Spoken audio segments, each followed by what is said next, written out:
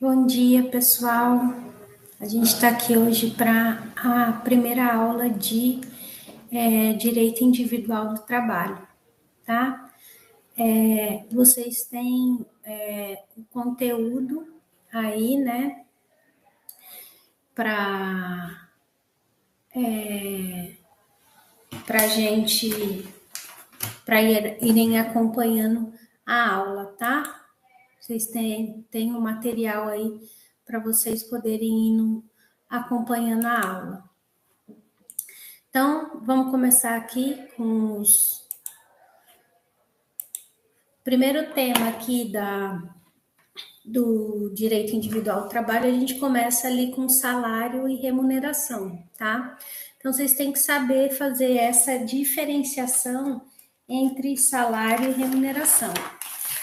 Se eu tivesse um artigo, dois artigos que eu pudesse falar que são os mais importantes no direito do trabalho, é o artigo 3º, né, de quem é o empregado, e os artigos sobre salário e remuneração, tá?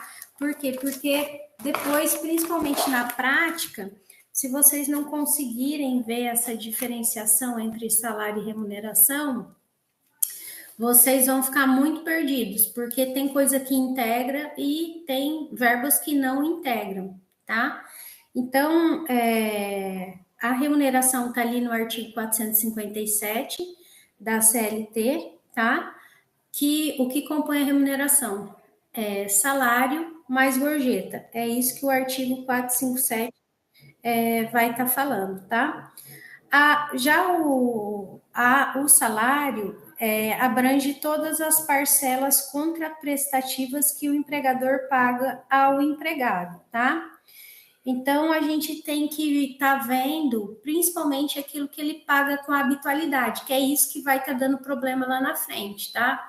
Então, por exemplo, os adicionais noturno, periculosidade, salubridade, isso aí vai entrar no salário.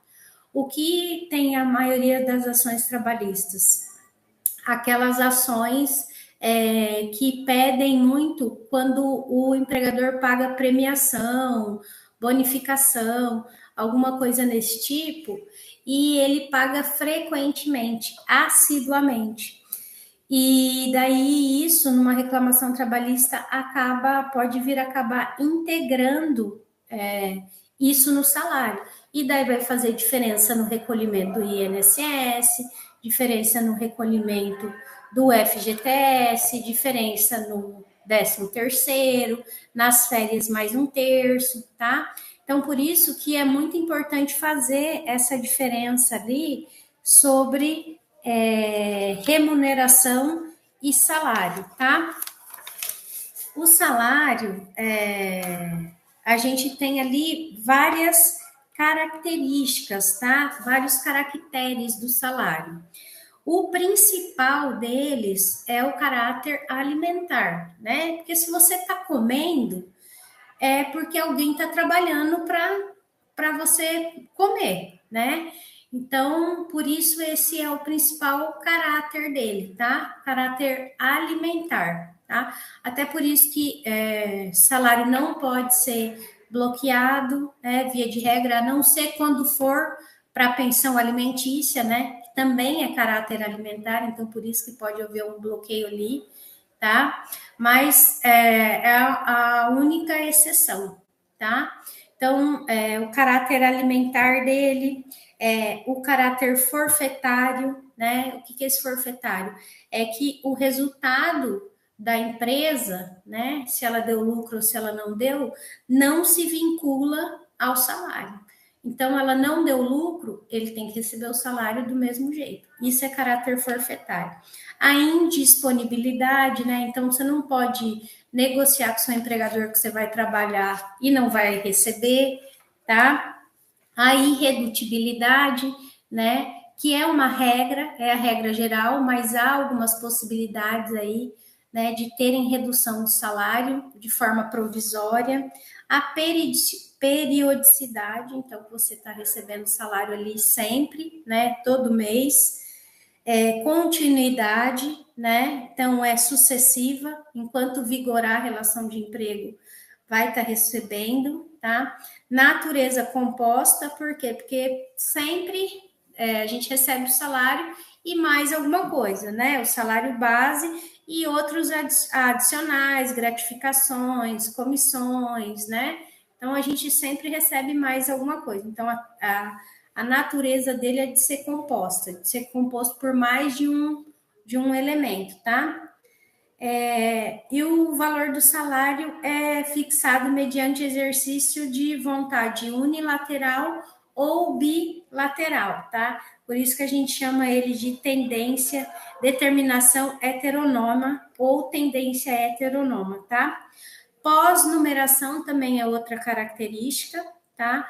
O que é a pós-numeração? É que o salário ele só é pago após a realização do trabalho.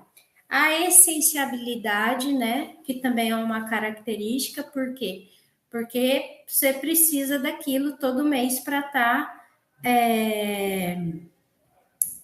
se sustentando, né, vivendo. Então, ele é algo essencial. Depois eu falei ali de questões da gorjeta, a gente teve bastante alteração na CLT. Verifiquem se a CLT de vocês estão atualizada de acordo com a CLT do Planalto, tá?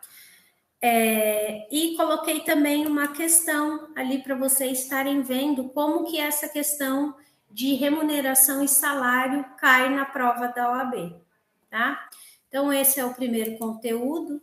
O próximo conteúdo de direito individual é sobre salário e remuneração, mas ali é a conceituação de cada um, né? Como que isso vem ali dentro do contrato de trabalho, tá? O que é salário-utilidade, né? O que não integra ali a remuneração, que eu já falei para vocês, o que é o salário base, como que tem que ser a comissão e as gratificações legais para aquilo acabar não vinculando ao salário, tá? Como que é a composição desse salário, né? O que acrescenta e o que é descontado do salário, né? Então, o que acrescenta? Os adicionais, hora extra, comissões, né? Os descontos, INSS, faltas, adiantamento, vale transporte, imposto de renda, né? Então, isso que é a composição de salário. E depois também coloquei uma questão ali sobre a diferença sobre salário e remuneração, o que é salário e o que é remuneração, tá? Depois, na próxima aula, deixa eu ver se é aqui. A gente começa a falar ali sobre a questão da equiparação salarial. O que é a equiparação salarial? A equiparação salarial, ela está lá no artigo 461 da CLT, e ela trata ali de quando empregados que trabalham ali por um período de tempo aproximado de 4 anos, com diferença máxima de 2 anos, com o mesmo nível de instrução, eles têm que ter salário igual, independente de sexo, etnia, raça, religião, tá? Cor. Então, quando isso não ocorre, o empregado ele pode entrar com um pedido, ele entra com uma reclamação trabalhista e nessa reclamação trabalhista ele faz um pedido de equiparação salarial, tá? E para fazer esse pedido de equiparação salarial, ele precisa cumprir alguns requisitos, tá? E um desses requisitos é a indicação do paradigma, tá? Então, ele precisa indicar o paradigma. Quem é o paradigma? O paradigma é aquela pessoa que ganha a mais que você, exercendo a mesma função naquele lapso de tempo de 4 e 2 anos que a CLT obriga, tá? Que a CLT fala que tem que ter. Então, esse cara ganha a mais por você por qualquer motivo, tá? Não interessa qual o motivo que ele ganha mais, desde que ele não seja, né? Você não pode querer também, você não tem uma pós, não tem uma especialização, não tem um nível superior e o cara tem e você quer ganhar o mesmo que ele, tá? Aí não tem como, mas são pessoas do mesmo nível. Os dois são mestres, os dois são doutores, entraram na empresa junto e um ganha mais que o outro, tá? Então, preenchido esses requisitos, a pessoa faz jus ali à equiparação salarial, tá? Todos os casos nós podemos pedir equiparação salarial? Não, não são em todos os casos que a gente pode pedir equiparação salarial, tá?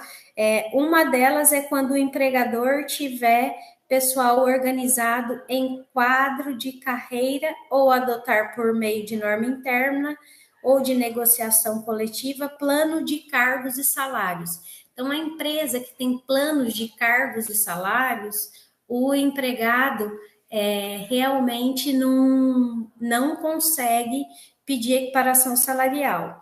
E detalhe, esse documento do plano de cargo e salário não precisa ser feita a homologação em registro público, tá?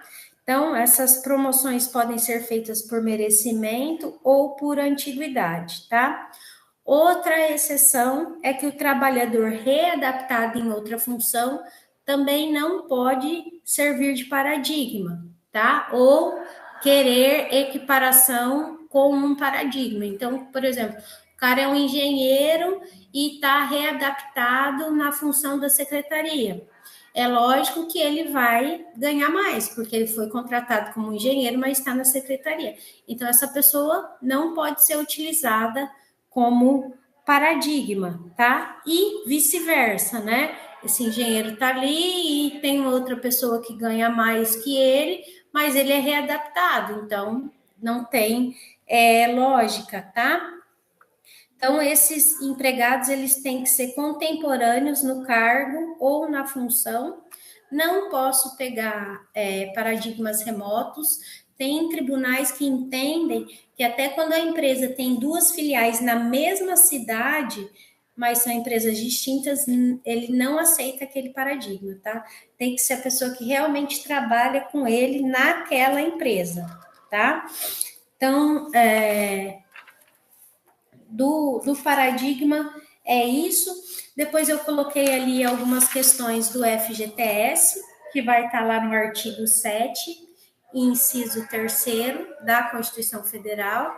O FGTS é um fundo de garantia por tempo de serviço, que é pago, descontado, o empregador faz um depósito de 8% sobre o valor de salário, tá?